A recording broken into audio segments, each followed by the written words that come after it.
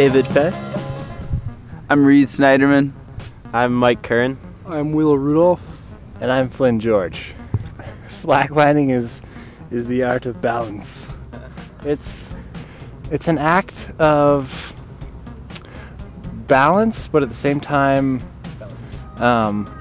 figuring out how to move as quickly or as slowly or as elegantly as possible. Yeah, and literally, you stretch a piece of either 1 or 2 inch webbing, which is like flat rope between 2 trees, and tighten it with some sort of pulley system or crank. A slackline is almost like a thin strip of trampoline. The long ones are require a lot more focus. They move a lot more underneath you, and they're a lot more sensitive to the movements you make.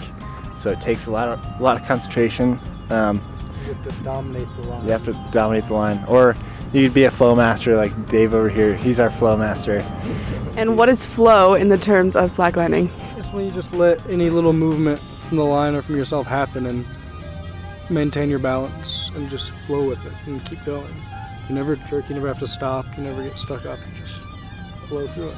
Instead of trying to fight the line to stay on top of it, it's kind of more just going with it and letting it kind of put you where it wants to, and then correcting yourself. I like to jump around on the lines, like to do a lot of spins.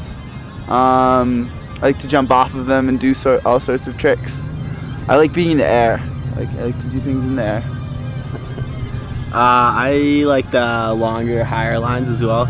It's kind of more of a mind game, and it's like kind of the same deal as climbing. I like short, tight lines. So you can catch air, and it kind of gets you used to being in the air over ground, which a lot of people aren't used to, but it's kind of nice being able to do that. Does anyone know how slacklining got started? The earliest story I've heard of is in Yosemite Valley, where this guy saw some people slacklining, walking on webbing, and they were training to walk across the Los Angeles Spire, which is a 2,500 foot drop.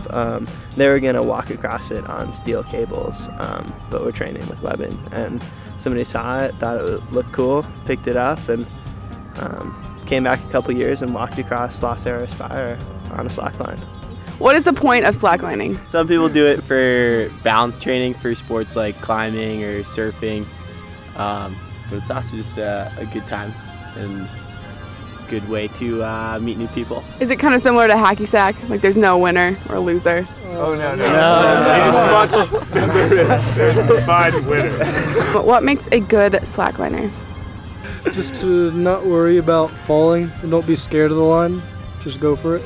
Spirit, enthusiasm, passion, desire, biceps and triceps, Legs. bis and tries. Lats are good too.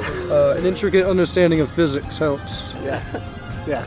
The worst is when you tell people to come slacklining with you and they're like, oh, I suck at that, so I'm not going to try it. Because everyone sucks at the beginning. You gotta try it. Yeah. And the You learning can't curve just is step so- on the line and know how to do it. It's kind of just set up a line that's nice and low and go for it.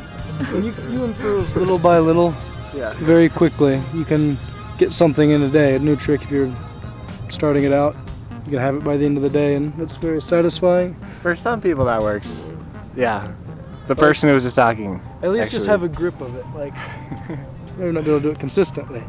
Remember those bis and tries like we talked about before? Yeah. I'm sure they'll be in your notes. When you try it, keep coming out and keep trying it over and over again.